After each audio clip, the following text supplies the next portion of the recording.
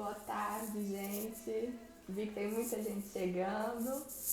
Podem ir mandando para o pessoal. Eu sou Isabela, uma das integrantes do projeto Voz ao Corpo. E a gente vai dando início hoje a essa live, né?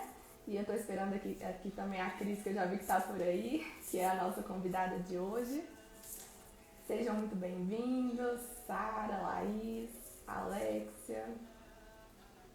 Sejam muito bem-vindos, gente. Vou enviando aqui no aviãozinho, né, para todo mundo, os coraçãozinhos, que a gente já vai começar a nossa live para falar um pouquinho mais sobre os nossos sintomas, o que eles querem nos dizer, né, sobre as doenças, entender um pouquinho mais sobre esse universo novo, né? Oi, gente que está chegando. Daniel, Júlia, boa tarde.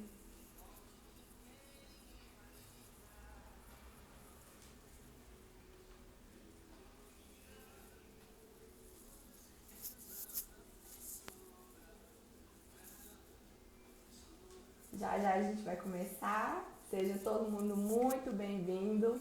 Nosso bate-papo vai ser muito leve. A gente vai começar já. A Cris está aqui com a gente.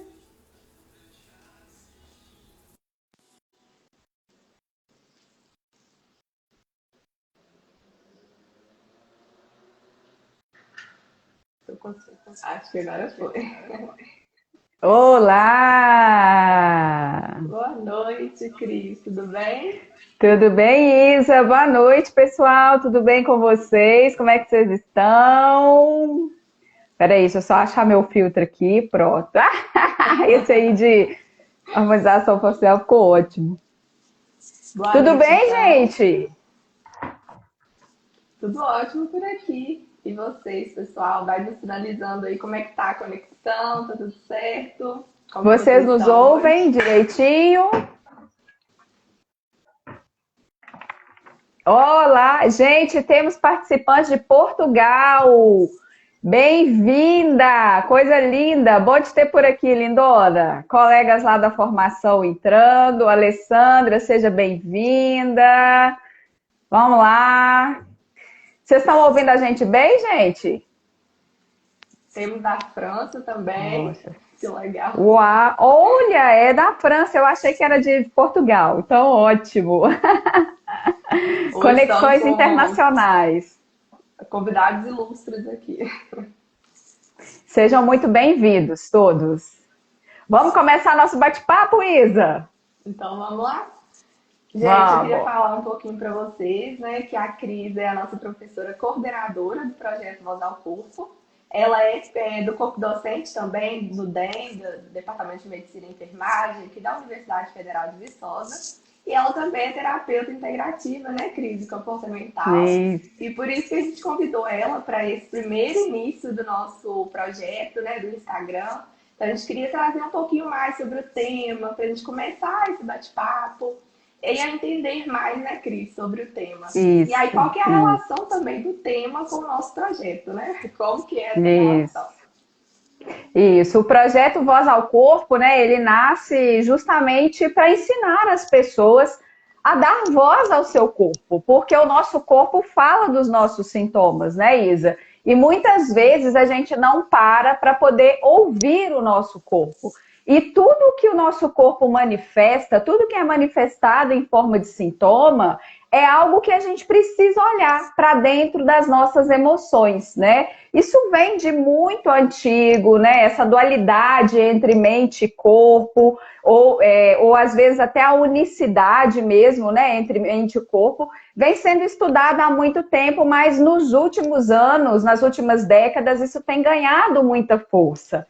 E com o advento da pandemia, em que as pessoas foram forçadas a olhar para dentro delas mesmas, a ir, né, ao encontro delas mesmas, muitas vezes com o isolamento social, isso aflorou muito mais, né? As pessoas passaram a prestar muito mais atenção sobre como o corpo falava das emoções, né? A gente teve um boom aí de adoecimentos, tanto mentais como físicos, e por isso é importante a gente falar sobre isso, né? A gente ensinar as pessoas a dar voz ao corpo. Esse é o intuito, é sobre isso que nós vamos conversar aqui um pouquinho hoje. Então, se vocês querem entender como que surgiu essa correlação sintomas, emoções, qual que é o caminho, né, do sentir ao sintoma, né, do sentir ao sintoma, o que que acontece no nosso corpo que faz o nosso corpo nos mostrar algo que nós devemos olhar para dentro das nossas emoções. E como que a gente faz essa correlação, né? Que sentimento atua em que órgão, né? Como que isso acontece? Porque existem leis para poder explicar como isso acontece, e é isso que a gente vai falar hoje aqui. Então, do início ao fim, fica com a gente que vocês vão aprender sobre isso. E já aqui aproveitando, né, Cris, para falar que a gente tem certificado hoje também, então ao longo aí da live a gente vai soltar, né, o link do formulário, que tá as informações no link da nossa bio também. Então fica com a gente para ter o certificado, mas também para conhecer mais, né, para estar aberto. Eu acho que você falou muito bem, a pandemia trouxe isso para a gente, deixou a gente muito mais aberto para esse olhar mais amplo, para dentro de nós mesmos, né?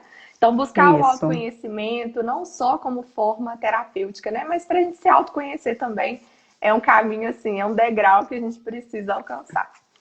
Exatamente. E aí eu já vou convidar cada um que está aqui, gente, a colocar o dedinho no coraçãozinho aí. Ajuda a gente a subir essa live, porque esse assunto precisa chegar em mais pessoas. O nosso intuito é um só, é dar voz ao corpo pelo mundo. Então, a gente quer que esse conhecimento ele chegue cada vez mais em mais pessoas. Então, coloca o dedo no coraçãozinho, encaminha aí para umas 5 pessoas da sua lista e vamos aumentar esse clã aqui de pessoas que querem dar voz ao corpo. Vamos embora.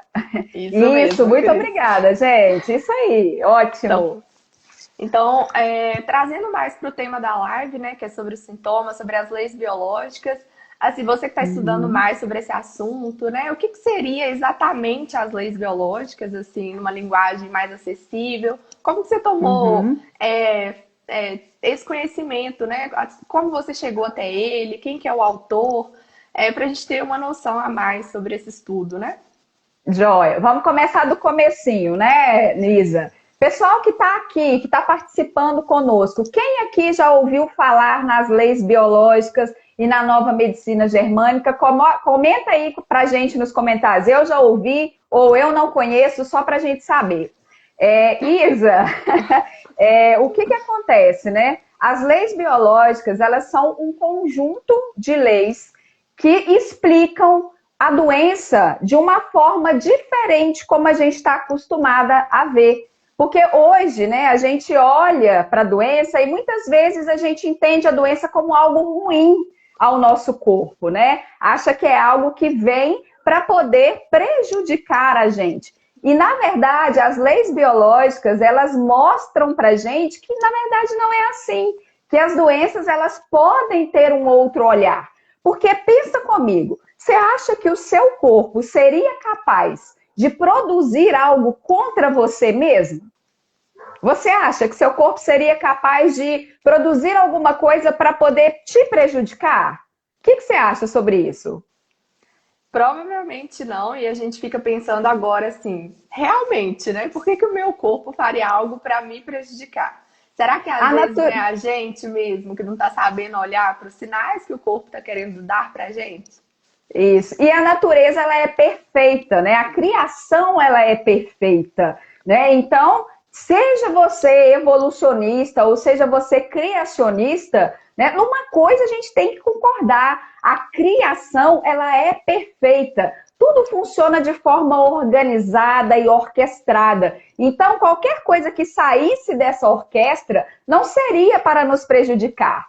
E aí, que a pergunta que você me fez, né? Quem que inventou essas leis biológicas, né? As leis biológicas, elas foram criadas por um médico alemão chamado Dr. Hammer. E olha só a história dele, o que aconteceu com ele, né? O Dr. Hammer, ele era um médico alemão, oncologista, super respeitado. E aí, o que aconteceu? Ele teve um filho, o filho mais velho dele sofreu um acidente, foi baleado. Ele foi baleado de uma forma trágica, né? Depois descobriu-se que, na verdade, ele havia sido vítima até de um assassinato mesmo, né? Então, ele foi baleado E aí, o que que aconteceu? O doutor veio a falecer, né? E o doutor Hammer, pouco tempo depois do falecimento do filho, ele desenvolveu um câncer de testículo e a esposa dele desenvolveu um câncer de ovário. E aí ele achou aquilo muito estranho. Ele falou, gente, não tem como, né? Eu perco um filho e aí, de repente, eu desenvolvo um câncer na parte reprodutiva e a minha esposa também desenvolve um câncer na parte reprodutiva. A serviço de que está isso, né? Então ele começou a se questionar, né? Lógico que a gente já tinha a ciência da psicossomática, né? Que falava dessa questão de como que o corpo somatiza o que a gente pensa, né?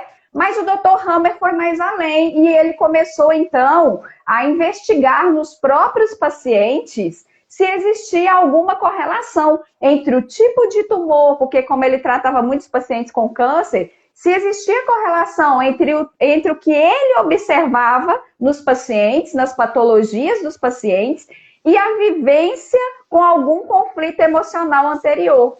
E aí foi aí que o Dr. Hammer descobriu uma intrínseca ligação entre a psique, ou seja, aquilo que a gente percebe de algum trauma, de algum conflito que a gente vive, o cérebro, porque o conflito que a gente vive atinge alguma área específica do cérebro que leva uma resposta específica em algum órgão específico, né? Então, vocês fiquem tranquilos que ao longo da live eu vou dar alguns exemplos aqui, porque eu gosto de ser bem clara, trazer caso clínico para vocês, para todo mundo entender, né? Mas isso surgiu com o Dr. Hammer. E aí o Dr. Hammer criou, então, as leis biológicas e a partir daí a gente olha para a doença não como algo ruim, mas como um sistema de sobrevivência. Um sistema biológico, uma resposta biológica de sobrevivência. Ou seja,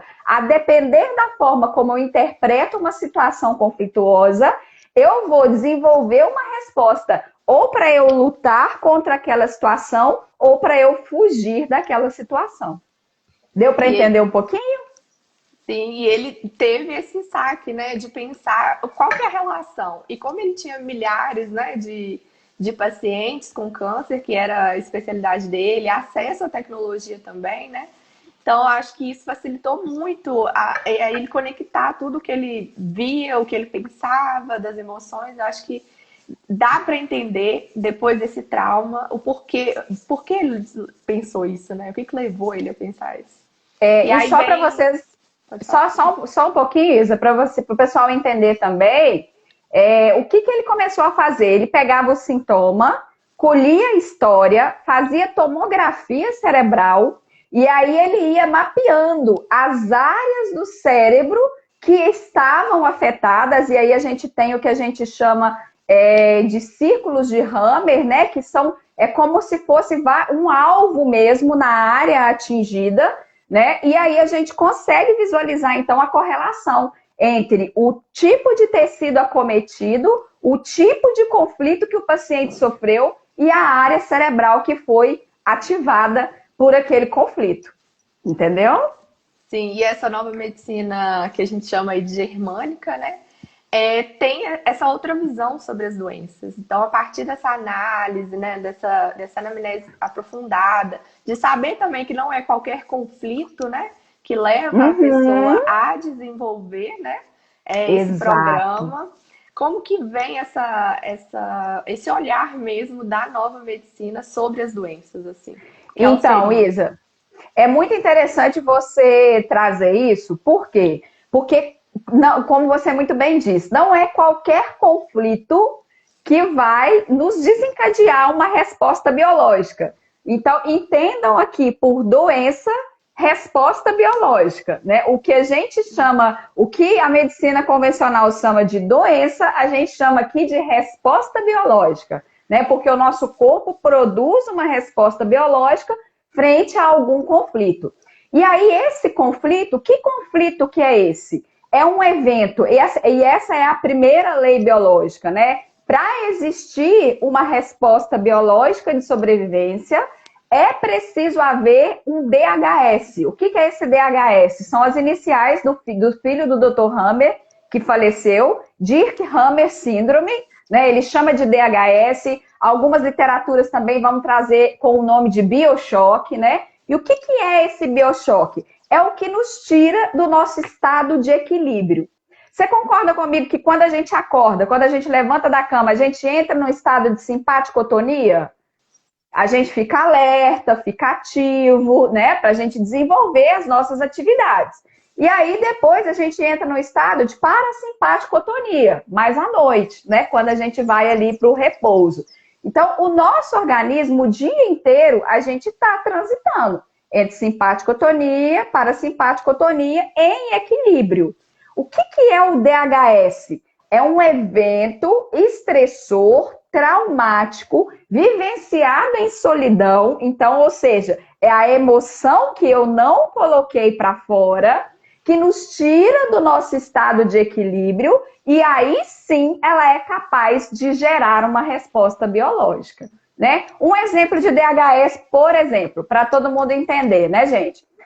Você está na sua casa, 11 horas da noite, toque seu telefone com uma notícia de que um amigo muito querido seu acabou de falecer de um acidente de carro. É um baita de um DHS, né? Um evento inesperado que você te tirou do seu estado de equilíbrio. E aí, nós vamos entrar num ponto-chave aqui. Não é tanto, o que manda mais não é a situação que você vivencia, mas é a forma como você percebe aquela situação. É a forma como a gente percebe a situação que vai ativar uma área X ou uma área Y no cérebro, né?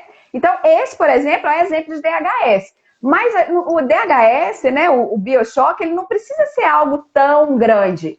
Pode ser, por exemplo, você está em um trabalho de escola, né? Vocês aí, a gente aqui tem muitos aqui estudantes, né? Aliás, gente, quem é meu aluno aí que está na live, levanta o dedinho aí que eu quero ver a presença de todo mundo, né? Só para eu ver quem está aqui, quem está gostando do assunto. Então, o que acontece? Às vezes você está fazendo um trabalho em grupo e aí uma pessoa te responde de um jeito que você não esperava. Entende? Então, assim, às vezes a pessoa te trata mal. E aí você, às vezes, na hora nem fala nada. Mas você leva um susto. Nossa, eu não esperava que essa pessoa falasse comigo desse jeito. Que sacanagem, você pensa com você. Foi uma sacanagem ela falar comigo desse jeito na frente de todo mundo. E aí, a forma como você percebeu, olha, uma sacanagem, uma sujeira, vai ativar uma área específica no seu cérebro que vai ativar o quê? O seu intestino. Por quê? É o nosso intestino que é o responsável por eliminar aquilo que não nos serve em formato de fezes. Então, por exemplo, você pode desenvolver uma diarreia em relação a essa resposta. Faz sentido? Sim, faz muito sentido. E tem muita gente que pode estar se perguntando assim: ah, mas por que todo mundo então não desenvolveria o mesmo sintoma, né? Então é como a pessoa percebe mesmo. Então cada pessoa vai Isso. perceber de um jeito diferente. Então, às vezes pode Exatamente. sofrer o mesmo choque, mas vão perceber diferente, né? Exatamente. A palavra-chave, pessoal, coloca aí nos comentários. Hashtag percepção. Isso muda tudo. Vou fazer uma atividade com você aqui agora, Isa. Não foi combinado, não combinamos nada disso, mas você Ai, sabe meu que a Deus. gente gosta, é assim, né? É assim que a Sim. gente gosta, do negócio ao vivaço, né? Ao vivo e a Eu queria que cores. você fechasse o olho agora. Fecha o olho. Tá. Pensa em uma pessoa que você gosta muito e que Tô você pensando. confia muito. Tô Conseguiu visualizar pensando. essa pessoa? Conseguiu visualizar essa pessoa? Sim. Pode contar pra gente quem é essa pessoa? Posso, meu pai. Seu pai.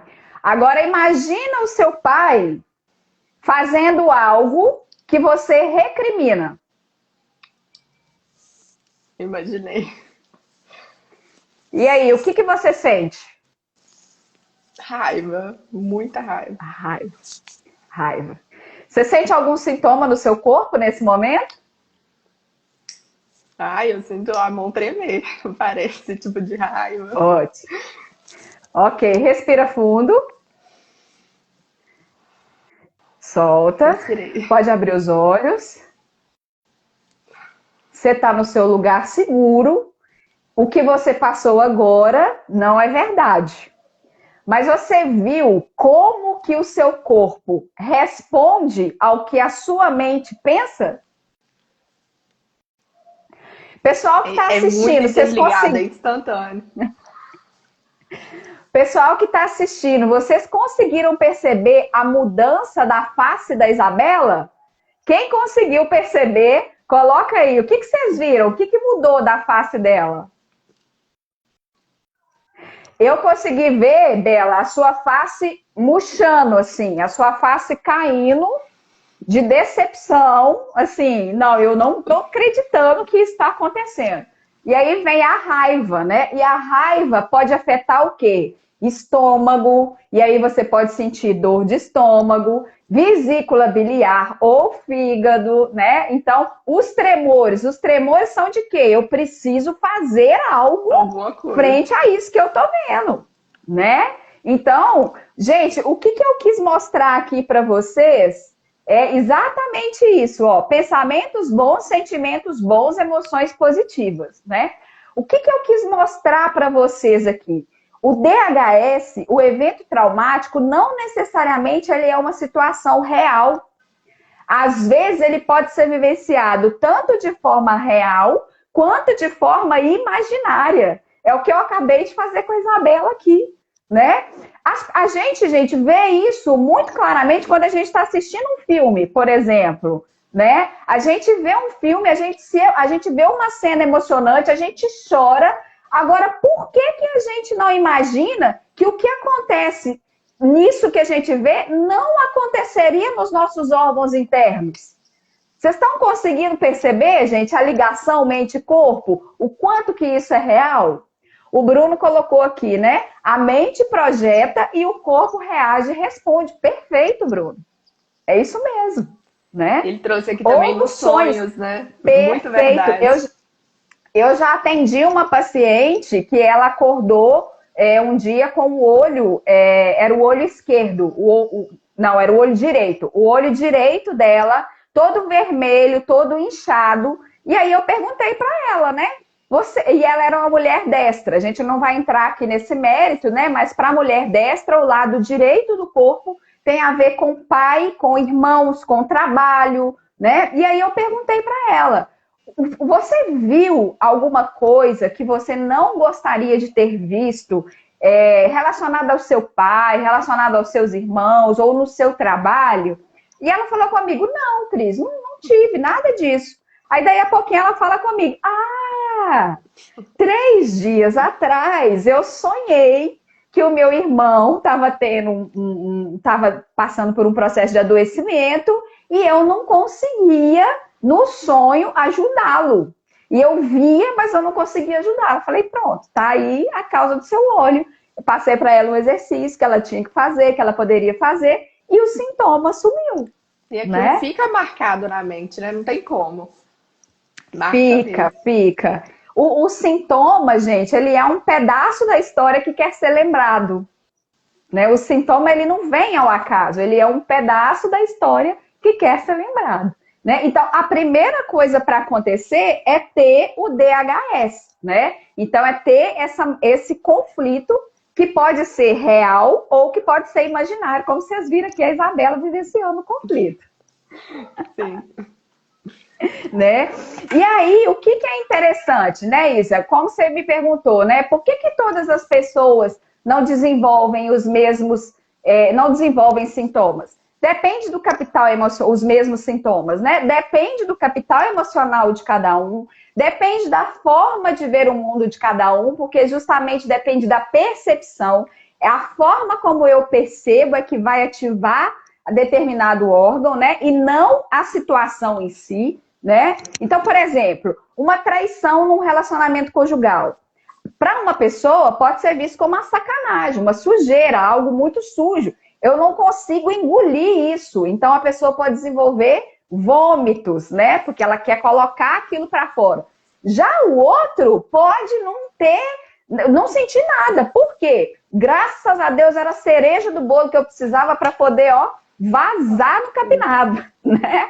Então, para outra pessoa é um alívio. Às vezes ela até estava sentindo dor nas costas de carregar aquele relacionamento e agora ela não vai sentir mais nada, né? Porque ficou livre daquele evento estressor do causador do sintoma. Então, a primeira coisa que o terapeuta precisa ter é um olhar de não julgamento sobre o que a pessoa te diz, né? Porque a gente tem que olhar para o outro respeitando a percepção do outro, né? Então, por isso que a gente escuta muito e fala pouco, né? E aí, essa questão da percepção, muita gente pode estar se perguntando, mas e se eu não souber qual foi o meu DHS, né? Então, assim, às vezes muitas pessoas se lembram, sabe? Mas outras tá no inconsciente, né? Ela não se recorda exatamente o que foi, né? Exato. E aí entra o papel do terapeuta que conhece as leis biológicas. Por quê? São 5 as leis, tá, gente? Eu não vou detalhar aqui cada uma delas, mas uma outra lei, né? A primeira é essa lei do DHS, uma outra lei que é muito importante no atendimento, Isa, é a gente justamente mapear, né? Mapear de onde que vem esse sintoma. Então, a gente identifica a queixa e a gente mapeia. E aí, o Dr. Ramy descobriu algo incrível. O que ele descobriu? Ele descobriu que cada órgão derivado de um tecido embrionário, do endoderma, do mesoderma antigo, do mesoderma novo e do ectoderma, cada órgão se comporta de um jeito.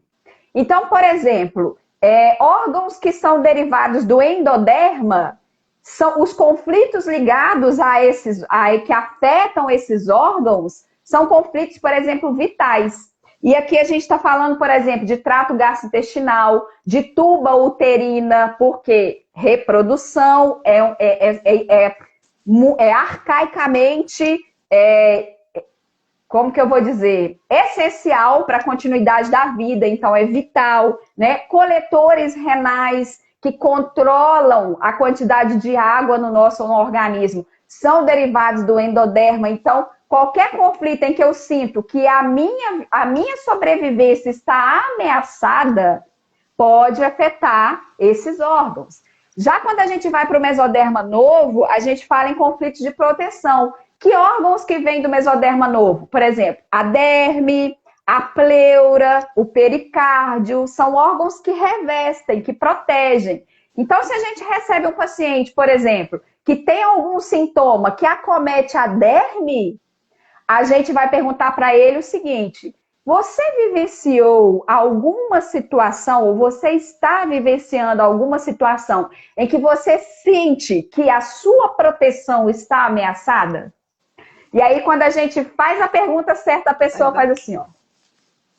Aí dá o clique, né? Vem na cabeça da pessoa assim, me senti assim em dado momento, né? Exatamente. Aí a pessoa começa a lembrar. Porque é o mesoderma antigo, isso. Desculpa, gente, acho que se eu falei mesoderma novo, eu falei trocado. Obrigada, viu, Carol? O mesoderma antigo vai falar de derma. Mesoderma novo. Mesoderma novo vai falar de locomoção, de movimentação, de ação. Então, todo problema em sistema músculo-esquelético vai falar de mesoderma novo. E qual que é o conflito? Eu me sinto desvalorizado ou impotente por não ter conseguido agir como eu gostaria, por não poder fazer o movimento que eu gostaria, entende? E aí, cada local afetado vai ter um sentido, né? Por exemplo, joelho. Joelho, quando eu dobro os meus joelhos, eu estou me abaixando. Então, eu me sinto desvalorizada e impotente por ter que me rebaixar a esta situação. É um conflito que pode atingir o joelho. Estou dando só um exemplo aqui, né, gente? E aí, por exemplo, o ectoderma. O ectoderma já dá origem à pele, né? Já dá origem, por exemplo, a colo uterino, porção final do reto. E aí a gente já fala de conflitos de quê? De relacionamento, de território. Então, quando a pessoa sente, por exemplo, quando ela se separa de algo que ela não gostaria de se separar, ou quando ela tem que se separar, quer se separar de algo, mas não consegue, vai atingir o quê? Epiderme, a pele, aí vem as dermatites, né? Então, assim é que a gente consegue mapear os casos, sabe? A partir da identificação da queixa, a gente faz essa correlação. Qual órgão é acometido e esse órgão vem de qual tecido embrionário? Ah, então é desse tecido embrionário? Então o conflito básico é esse. Aí a partir daí a gente vai destrinchando e vai chegar até ajudar o paciente a chegar na causa raiz, no desencadeante do conflito, do sintoma dele. Sim, então muitas vezes a pessoa vai chegar com um sintoma, né? Então ela não vai saber exatamente o que está acontecendo, o que está causando, né? E aí ela pode muitas vezes procurar um diagnóstico, né, médico convencional, e aí ela não consegue resolver, porque o que causou, né, o que levou ela a desenvolver esse sintoma, o que o sintoma está querendo dizer para ela, o que aconteceu, o que ela precisa resolver, ela não está conseguindo enxergar. E aí o papel, né, do projeto, da gente, né, enquanto esse mediador mesmo de fazer com que ela enxergue, né, o que pode estar por trás. E o que acontece, né? A nossa logo, né, gente? Depois, se vocês quiserem dar uma olhadinha lá na logo do nosso projeto, é justamente isso, né? O voz é as mãos, né? Os braços do corpo levantado, e nos pés estão o quê? As raízes. Se a gente tratar só o sintoma de forma medicamentosa, com remédio, para remediar o problema, muitas vezes não vai ser suficiente. Isso quer dizer que o tratamento convencional tem que ser desprezado? De forma alguma, nunca, tá? Então, a decodificação biológica, ela é complementar, ela é uma terapia complementar ao tratamento médico convencional. O que a gente percebe é que muitas vezes, quando se alinha as duas, os pacientes, eles melhoram assustadoramente. Então, o que acontece? Acho que foi você mesmo que fez essa pergunta, né? Qual que é o benefício, né, de a gente ensinar as pessoas a darem voz ao corpo? É justamente a gente potencializar o potencial de cura que está dentro de nós, através do autoconhecimento, né? Eu vou dar um exemplo meu para vocês. Isa, você está travando um pouquinho, você está me ouvindo bem? Você também está me travando, tá travando um pouco, aí tem hora que volta. Está me ouvindo? Pessoal, para vocês está tudo certo? Vocês estão conseguindo nos ouvir bem? Enquanto isso, deixa eu olhar aqui, ó. Tem gente pedindo para falar de refletir, ok? Eu tinha pensado nas doenças dessa forma. Priscila, é exatamente isso, né? E a gente tem uma indústria farmacêutica, né?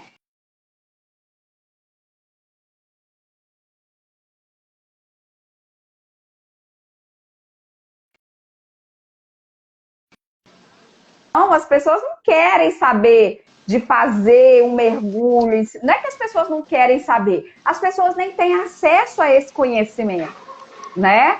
Então, muita gente acha que é bobagem, né? Que é coisa da cabeça. Não é, gente. É muito mais fisiológico do que a gente possa imaginar, né? Então, por isso que a gente quer ensinar as pessoas a darem voz ao corpo. É para a gente poder olhar o sintoma de uma outra forma. Tá me ouvindo? Isa? Eu tô te ouvindo. Comecei a travar, pessoal. Um pouco. Tá, voltou? Deixa eu dar uma olhada aqui. O Daniel falou que voltou, que tá tudo certo. Ok, tá joia. Então agora vamos seguir. Agora pra mim tá tudo certo também, acho que voltou agora ao normal. É a internet de Viçosa um pouco instável. Ô, gente, tá tendo jogo do Galo aqui em Minas. Existem 2 times rivais, Cruzeiro e Atlético. Tá tendo jogo do Galo. O jogo do Galo é energia ruim, baixa tudo, inclusive a internet. Ai, Deus. Olha só, deixa eu, só antes da gente dar sequência, deixa eu responder as 2 perguntas que vieram aqui. A primeira é refluxo. É Em mais fácil bebês. tomar comprimido do que olhar para a alma. Exige muita coragem a gente mergulhar para dentro da gente mesmo, né? Então, assim, realmente é algo que a gente precisa repensar. Com relação ao refluxo em bebê, a gente precisa primeiro falar que as crianças, elas são líquidas. Ô, Dudu, fica Daniel. quieto aí, viu? Meu amigo me falando aqui que Cruzeiro nem mais time é. Pior que eu tenho que concordar, né?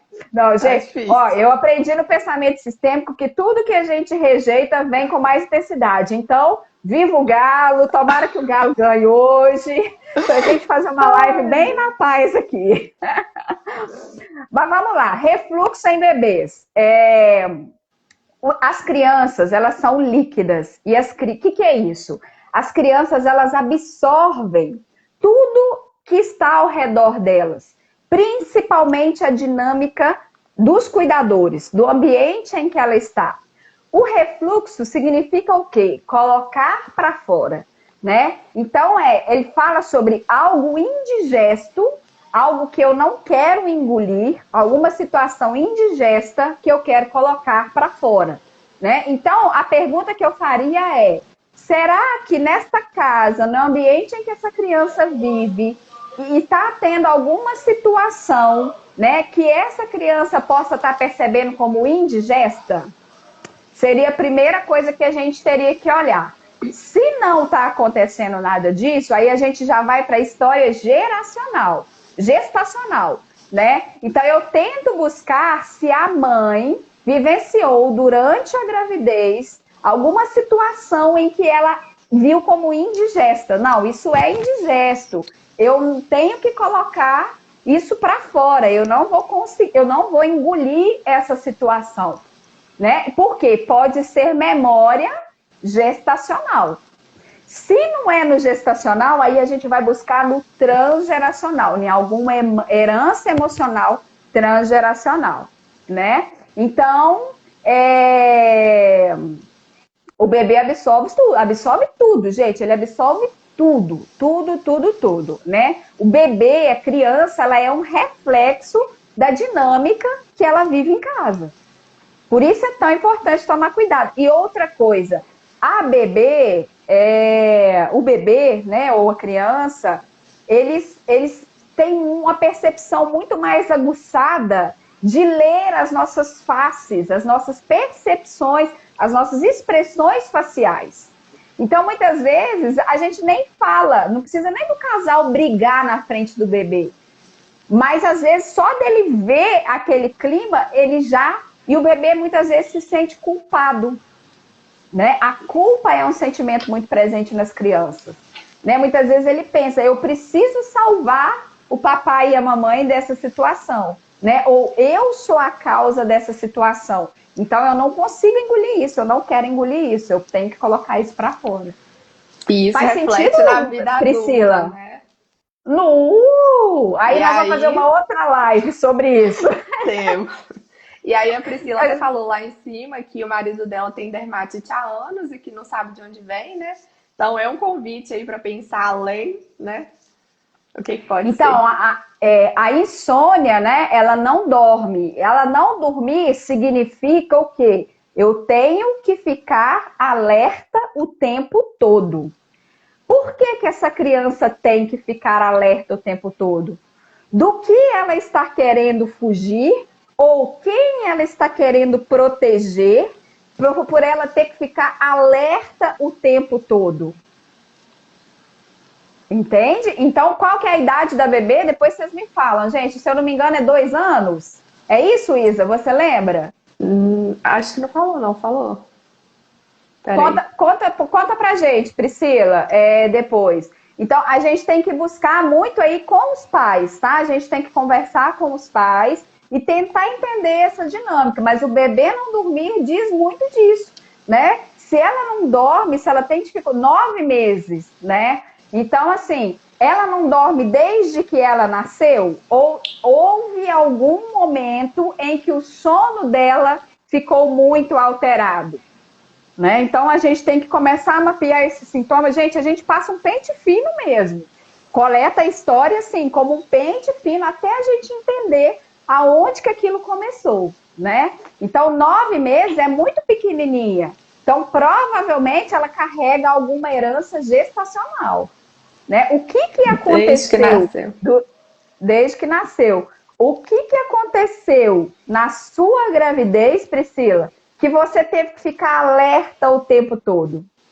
Se você quiser entrar ao vivo com a gente aqui, pode entrar, fica à vontade que a gente faz um bate-papo, um mapeamento aqui, tá? Não tinha nada desprevisto, mas a gente pode entrar aqui e fazer um atendimento ao vivo, né? Ela não descansa. Então, por que que essa bebê não se permite descansar? Por que ela tem que ficar alerta o tempo todo? Né? É isso que a gente tem que buscar. Né? E a outra pergunta, qual que era? Agora eu já não lembro mais. Não, ela falou que o marido tem dermatite e não sabe o que poderia ser. Dermatite fala pra gente de conflito de separação. Então a gente tem que identificar quando quando começaram os sintomas, havia algo que ele queria se separar, mas não conseguiu, ou que ele teve que se separar e de forma, né, que ele não queria, né? Então, isso que vai dizer sobre a dermatite, conflito de separação, né? E aí, então, como aí é a gente anos, né, tem que voltar lá atrás, né? E aí a gente tem que avaliar onde são os sintomas, né? Aí a Priscila quer entrar, vamos fazer um atendimento ao vivo aqui, Isa? O que você acha, hein? Vamos, bora! Chama ela aí, convida ela aí. Priscila, pode pedir para entrar aí. Ela já mandou, eu aceitei aqui. Ótimo, perfeito. Assim que é bom, gente. Over delivery, vamos entregar sempre mais do que o esperado. Ei, Priscila! Oi! Tudo bem? Sim, está-me a ouvir bem. Sim, de onde você fala? Portugal. Gente, que delícia! Que presente lindo essa participação de Portugal na live! Olha, eu estava a ouvir e estava-me a lembrar que a dermatite do meu marido, por causa da separação, uma das memórias que tem quando é mais novo, com 3 anos, era a mãe a ir-se embora e ele a ficar na cama de viagem, a mãe ia-se embora 4 horas e ele ficava sozinho. E ele diz que é das memórias que mais tem quando era criança. Que é a separação. Eu até arrepio, porque provavelmente está aí a origem da dermatite dele, né? Então é um conflito, uma memória lá de trás, né? E o que acontece até os 7 anos de vida da gente assim, a gente grava e leva para a vida toda, sabe? Então, muitas vezes no atendimento acontece exatamente isso. Não, mas eu não lembro o que aconteceu, eu não me separei de nada. E aí, quando a gente faz o acesso ao inconsciente, a gente consegue resgatar essa memória. Olha que interessante isso, né? Sim. E seu marido está por aí? Não, foi deitar pequenino. Quantas horas já são aí em Portugal agora? Neste momento já são umas 10 da noite. Já está bem tarde, né? Sim. Então, para o seu marido, a gente precisaria de conduzir ele ao que a gente chama de ressentir, né? No processo terapêutico, a gente levaria ele de novo para essa cena em que ele se vê com 3 anos de idade, com a mãe saindo e deixando ele lá sozinho, para ele ressignificar essa imagem, para ele ver que essa separação não significava talvez que a mãe não o amasse, que a mãe não queria o desproteger, né? E aí a gente consegue mudar a percepção dele em relação ao olhar para a situação. Faz muito sentido. Eu não sabia que tudo aquilo que nós pensamos acaba sempre por se manifestar no corpo. Sim. E muito mais do que a gente imagina. Por isso que a gente fala, né, que dar voz ao corpo é uma ferramenta poderosa de autoconhecimento, né? Sim. Assim até dá vontade para quando alguém diz que tem um problema de saúde, nós começamos logo a fazer um mapeamento. Então é este problema, então provavelmente passou-se isto. Exatamente. É por isso que quando a pessoa já fala no sintoma, a gente já.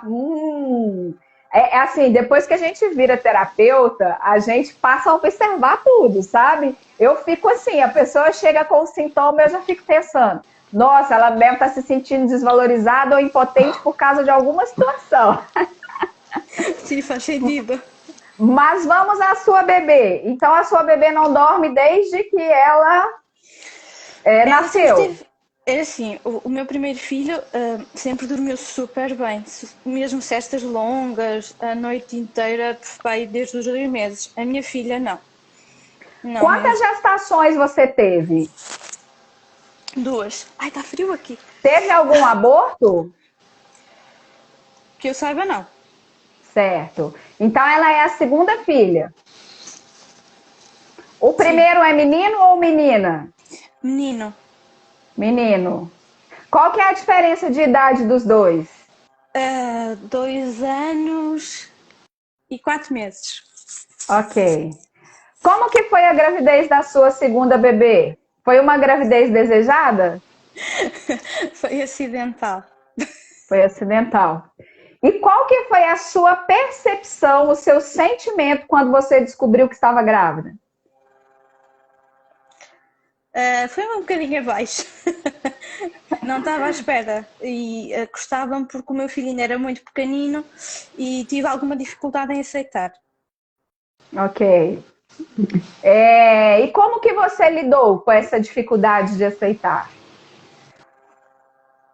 Fui aceitando aos poucos. Ok. Obrigada. Olha, estava a perguntar pelo marido. Está aqui. A aconchegar. Ah. Obrigada. E como que foi a sua gestação? Foi uma gestação tranquila ou foi uma gestação que teve complicações?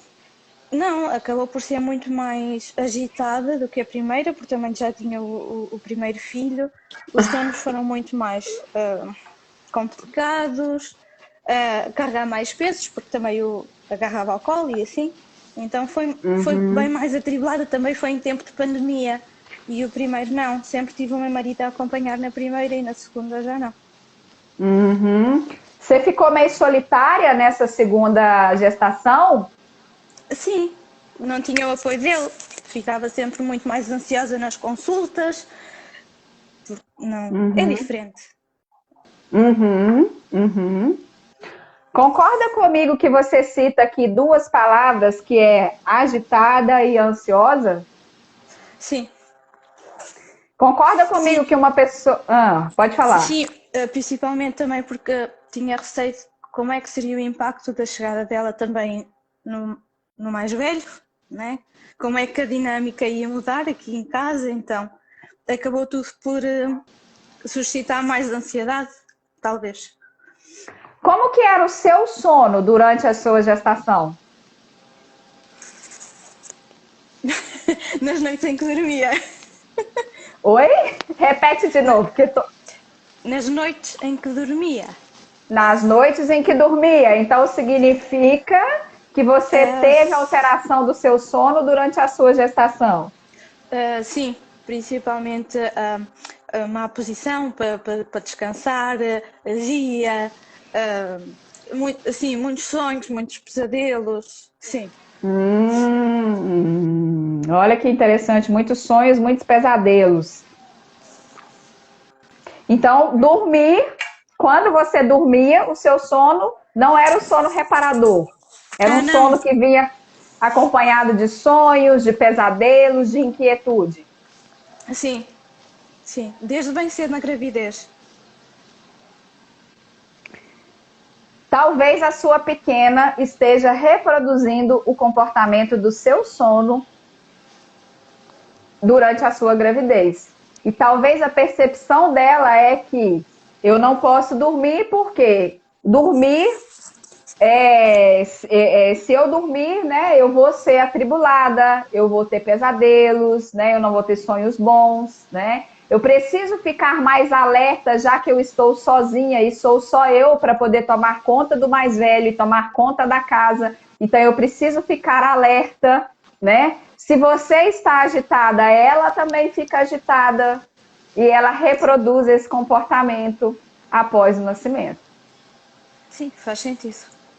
Faz Mesmo sentido? por causa sim, mesmo por causa do refluxo e tudo mais. O refluxo, ela tem refluxo? Sim, sim. Ela Então, passou há muito pouco tempo, ela sempre teve muita necessidade de arrotar. Ela acorda muitas vezes, às vezes até só para arrotar, ela arrota e depois fica bem. Então, olha só, talvez o refluxo possa estar relacionado com o fato de que no início você não aceitava tão bem essa gravidez. É uma situação que você com o tempo foi aceitando, mas que no início te parecia um pouco indigesta. Faz sentido? Faz. E foi?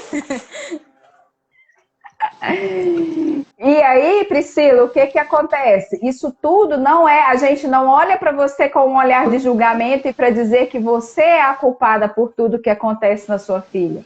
Mas é só para entender que a sua filha, dentro de você, o útero, né, é a nossa primeira casa. Então, da mesma forma que uma criança sente o que acontece no lar em volta, ela sente tudo na primeira casa dela, que é o útero. Então, ela sente tudo que a mãe percebe. Como que você pode trabalhar com a sua filha? Você já ouviu falar numa técnica que chama sleep talking? Ou não? Não. O que você vai? Vou te ensinar, tá? Vou dar aqui uma sugestão. E aí, pessoal, a gente está aqui fazendo um atendimento ao vivo, né? E aí nós já identificamos aqui qual que era o sintoma. Ó, o sintoma era dificuldade de dormir. Mapeamos. De onde que vem isso? Provavelmente uma herança da gestação. E aí a Priscila está contando aqui exatamente que na gestação ela ficou agitada, ficou ansiosa, que quando tinha dificuldade de dormir, né? Que quando dormia tinha muito sono, tinha muito pesadelo, muitos sonhos. Então a criança acabou absorvendo isso tudo, né? Como desprogramar isso da mente da criança? Você pode fazer uma técnica com ela que chama sleep talking. Durante 21 dias, quando a sua bebê dormir, eu sei que ela é dificultosa para dormir, mas quando ela dormir, espera ela cair num sono um pouco mais profundo e você vai conversar com ela e dizer: filha, essa ansiedade toda que você carrega não é sua, era da mamãe. A mamãe, quando engravidou de você, ela ficou muito ansiosa, ela tinha alguns medos, ela demorou a aceitar a sua gestação, porque foi de forma muito inesperada. Mas isso não é seu, você não precisa carregar isso. A mamãe quem tinha sonhos difíceis, a mamãe quem tinha pesadelos, você não precisa carregar isso com você. Você pode dormir, você pode descansar. A mamãe está aqui te protegendo, a mamãe te ama e a mamãe vai cuidar de você enquanto você dormir. Você está autorizada a dormir e a descansar. Ok. E faço isso à noite ou durante a sesta da tarde, por exemplo? O importante é que ela esteja em sono mais profundo. Quando você vê que ela está em sono mais profundo, talvez seja à tarde que ela durma melhor, né? E talvez seja à tarde em que você tenha mais disponibilidade de fazer isso repetidamente com ela, né? O refluxo, a mesma coisa, né? A mamãe no começo não queria engolir a notícia da gravidez. Mas é um sentimento da mamãe. Isso aconteceu porque a mamãe se sentia assim, assim, assim, e aí você fala a verdade. Sempre a verdade. Porque a criança percebe tudo, inclusive o que não é verdade. Então, no Sleep Talking é muito importante que a gente sempre seja fidedigno ao que está acontecendo. Okay. Aí colocaram, depois dias. acorda o bebê, Cris? Não, deixa a bebê dormindo. Quando a gente faz essa conversa, a gente conversa diretamente com o inconsciente. Porque não é do consciente, é do inconsciente, é o que está registrado lá no inconsciente.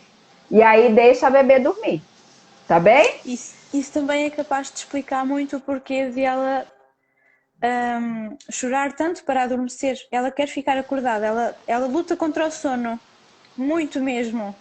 Às vezes ela está a chorar ainda de olhos fechados, porque ela tem muito sono. Mas está ali a lutar, a lutar. Pode ser disso, então, o estado de alerta sempre para tentar Exatamente. proteger ou fugir. É uma resposta biológica de sobrevivência, porque ela sabe que se ela, a memória que ela tem, o que ficou registrado no sono dela, na cabeça e no inconsciente dela? Dormir é perigoso. Entende? Eu tenho que ficar alerta. Eu tenho que ficar alerta para eu prestar atenção em tudo que me ocorre à volta. Né? Eu tenho que ficar. Eu não posso dormir, porque se eu dormir, eu vou ter sonhos ruins, eu vou ter pesadelos. Então eu não posso adormecer. Entende? Sim, sim, faz sentido. Então, querida, é isso. Oi. Pode falar. Oi, Isa. Pode falar. É isso, Priscila, sabe? Então, assim, é fazer essa técnica com ela. Depois me segue no meu Instagram e me manda um direct para me contar como é que foi o desfecho. Tá bem, combinado. Tá bem? Tá. E se nesse período você precisar de algum suporte, pode me chamar. Acho que vou começar hoje, que ela já está a dormir. Aproveita para começar hoje. Depois me conta. Tá Combinado. Bom? Obrigada, sim. Obrigada. Muito obrigada pela sua participação e por poder compartilhar com a gente a sua história, tá? Obrigada pela ajuda, sim. Obrigada. Beijinhos. Um beijo.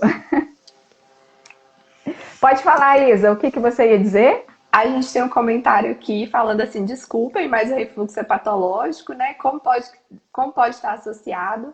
Se é um problema do estômago que não está totalmente formado no caso do bebê, né? Que eu creio que ele está falando aqui. Sim, sim. É a questão de pontos de vista, né? A nova medicina germânica, quem está falando?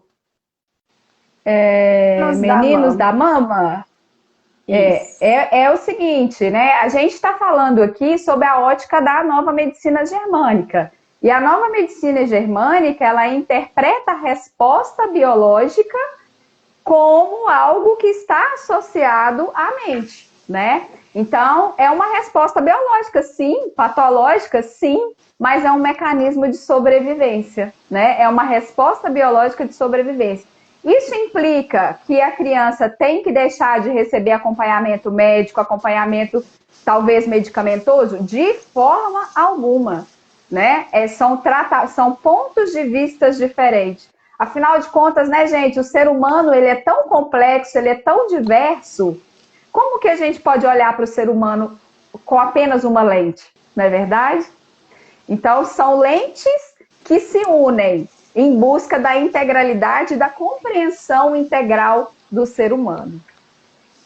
Isa, vê se você consegue retirar. Vê se você consegue retirar.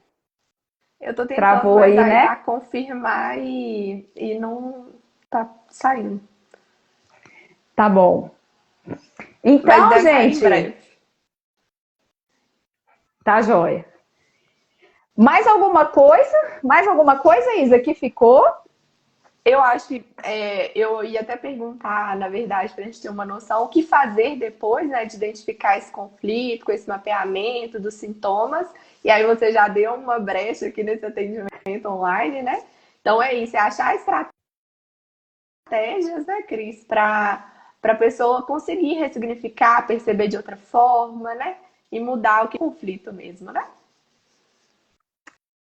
O que acontece, né? O caminho ao sintoma e o caminho de a gente entender essa resposta e minimizar esse sintoma é levando a pessoa a ressentir o biochoque, que foi exatamente o que a gente fez aqui, só que aqui é um atendimento diferente, porque se trata de um atendimento para a criança, que a gente fez com a mãe, né? Então, a gente tem que levar a pessoa ao ressentir, de volta a reviver o biochoque, e a partir daí ela vai olhar para a situação, ajudar a pessoa a olhar para essa situação de uma outra forma.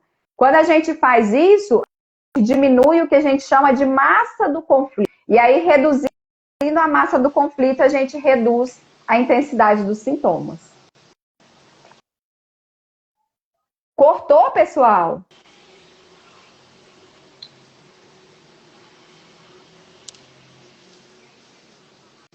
Isa? Exatamente. Ok, tô. Para mim, Pessoal, tá faz sentido para vocês tudo que a gente falou aqui? Tá fazendo sentido para vocês? Coloquem aí nos comentários. Ai, joia, né, Andréia? A Andréia tá então, com um como você caso já muito disse, interessante de uma criança com enurese. Pode ir, Isa, pode falar.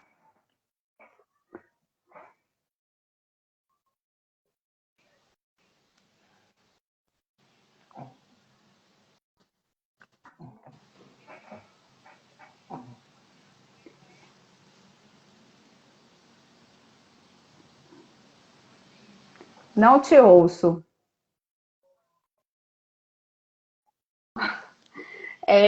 então é isso, né? A gente queria fazer um chamado mesmo.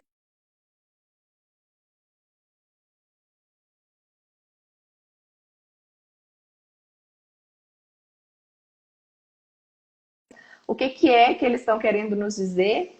E aí, não me ouve? Acho que Cris? agora voltou, Isa. Agora voltou.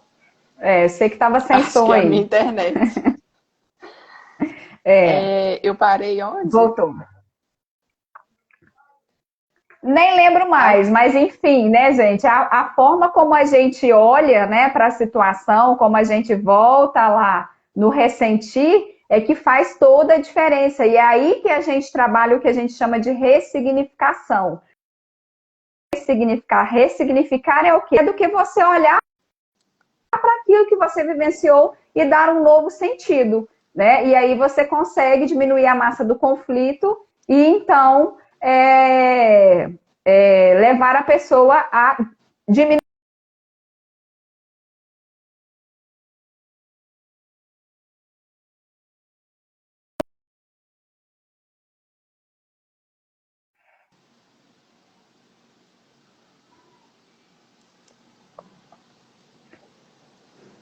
Voltou.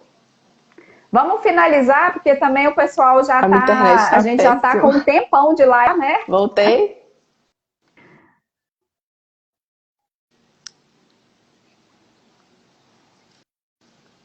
Uma hora já. Ixi, Isabela travou de vez. Isabela travou de vez.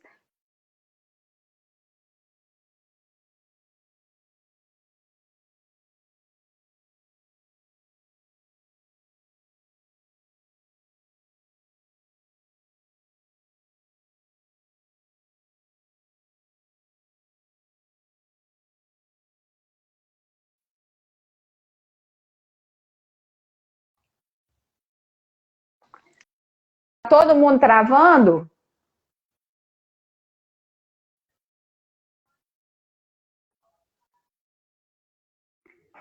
Lá ver se volta.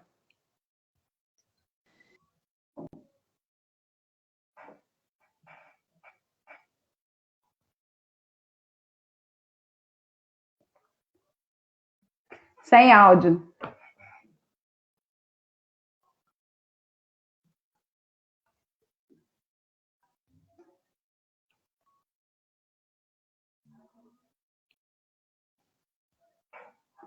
Eu não sei. Isa, agora sim. Vamos aproveitar que voltou para a gente finalizar, para a gente não perder a gravação da live.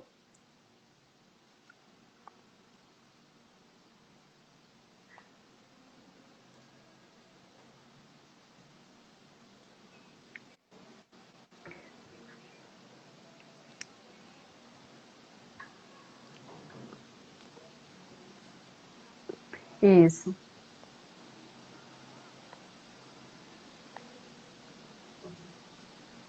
Isso. Isso, a gente vai abrir, gente, a agenda tanto para atendimento Eu acho individual, que tá esse mesmo travando atendimento tudo. que vocês viram acontecendo aqui ao vivo. A gente vai abrir vagas no Vocês estão me projeto para ouvindo? atendimento A individual. Cris Os também tá atendimentos são travando. todos feitos por mim e junto com os alunos do projeto, né? E também para grupos terapêuticos. Vem uma novidade muito boa aí, a gente vai fazer grupos temáticos. Tô sem som? Eu tô te ouvindo, acho que é eu que tava sem som. Isa que tá sem áudio. Ah.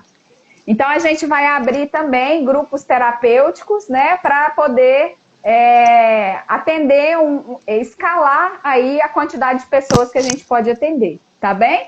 Vamos tirar uma selfie. Pessoal, vamos fazer uma selfie. Quem puder repostar e marcar o projeto, e me marcar lá também, né, para a gente poder divulgar o trabalho. É isso que a gente quer, que mais pessoas tenham acesso, né? Nós vamos deixar no link da bio do Instagram do Projeto Voz ao Corpo todas as informações para quem quiser fazer agendamento de atendimento individual, agendamento de atendimento em grupo, né?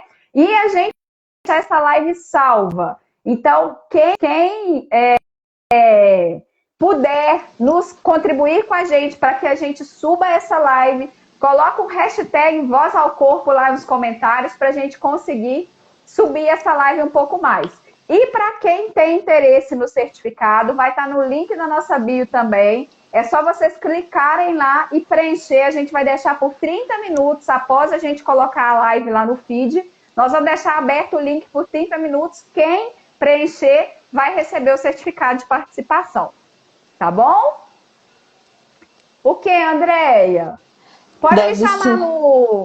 Pode me chamar lá no Telegram, que a sua dúvida que você tiver aqui, eu te respondo por lá, tá bem? Mas eu acho que é no link da biografia que ela tá perguntando. É aquele azulzinho que fica na entrada do Instagram.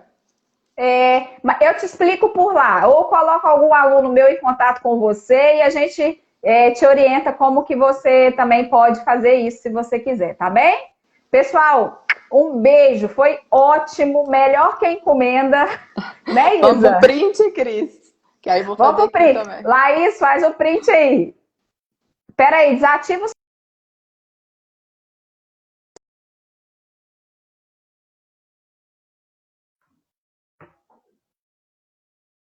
Pronto. Acho que a Isa travou de novo, gente.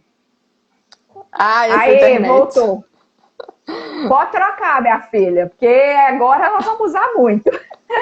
Verdade. Obrigada, pessoal. Mas obrigada, gente. Um beijo enorme para cada um de vocês, viu? Foi um prazer ter passado esses momentos